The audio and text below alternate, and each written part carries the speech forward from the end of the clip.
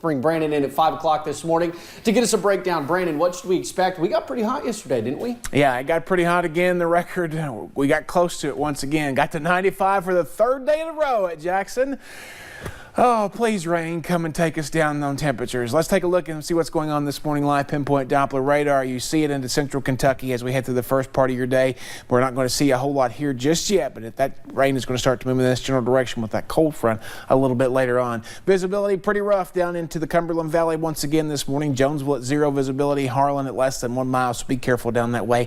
60s and 70s. The warm spot is Prestonsburg at 75. The cooler spots are both Harlan and Jonesville at 68 this morning. So we're going to see again the forecast change a little bit as we head deeper into the daytime hours. We'll talk more about that, including tracking out that rain here in just a few minutes. Will? All righty, Brandon. Thank you, sir. Well, President Trump is now back in Washington after spending the day in Louisville, speaking at the AMVETS National Convention. A few topics up for discussion included access to health care and mental health services for veterans, along with education, pushing for loan forgiveness for disabled veterans. Nick Oliver wraps up the visit. From the moment Air Force One touched down, President Trump began another visit to Kentucky and a busy afternoon in Louisville. The president speaking to veterans during AMVET's 75th National Convention. Going to sleep well tonight. The president spoke about the hot topics affecting veterans, including suicide prevention, problems with the VA, and education. We believe their government must show them the same devotion in return, and we've been doing that. The president even taking pen to paper, signing over executive action to eliminate student loan debt for permanently disabled veterans. 25,000 are expected to put the program in use. It's about time, wouldn't you say? We hear America first. You didn't used to hear that. President Trump also reminding the crowd this was not a campaign speech, but not shying away ahead of the 2020 election. That's right. I won't say it here because this is not a campaign speech. So I will not say, keep America great, but we're going to keep America great. We're going to keep America great. Following that stop, he then attended a private fundraiser for Governor Matt Bevin. A photo with the president costing attendees over $20,000. And Trump is corrupting everything.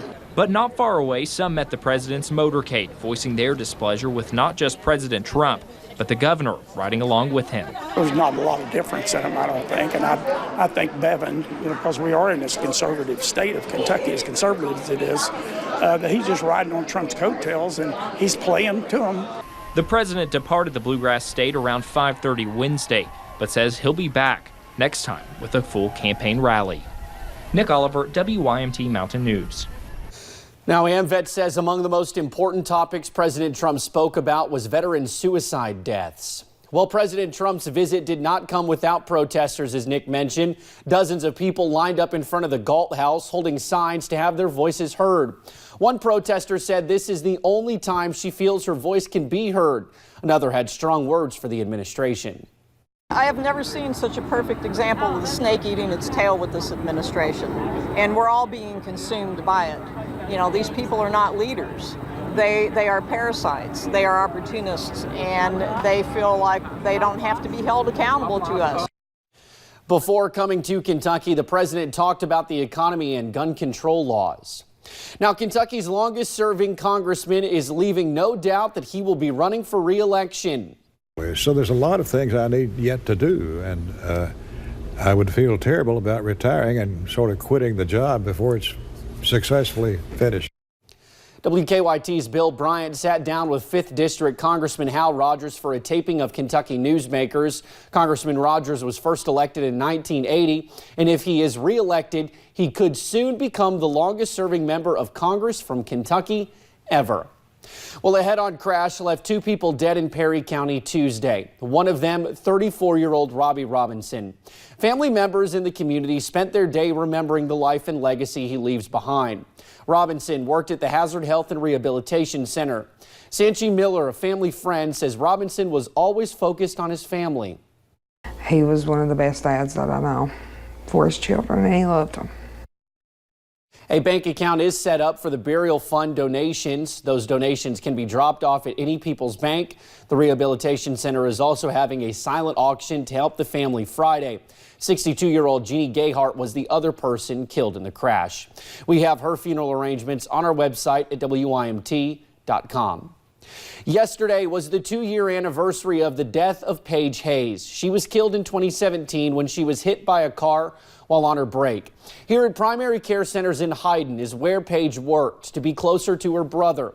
The community and family continue to celebrate her life, saying she was known to light up a room, and seeing anyone that spoke about her could not help but smile to Paige's mom, Louise Johnson. After the laughs and smiles always comes something else. Prayer. God, you know, he's given us a peace that surpasses all understanding. Peace to be able to lay down at night and go to sleep. And a peace to know in my heart that there will be justice for this. A justice her family says they will continue to fight for, believing that they will soon see and be together with her again. Well, local law enforcement is working to find a truck that crashed into the fence outside of the Perry County garage. It happened around 6:30 Wednesday evening. Police are looking for a black Silverado with bad front end damage. The truck left a few parts behind after the crash. If you know who may be responsible, you are asked to contact the Hazard City Police at 606-436-2222. Thank you for getting your day started with us right here on Mountain News this morning. When we return, we will tell you about a new tropical storm in the Atlantic and how it is expected to progress. The forecast turns soggy on us for this Friday Eve. I'll track out the rain in about 3 minutes.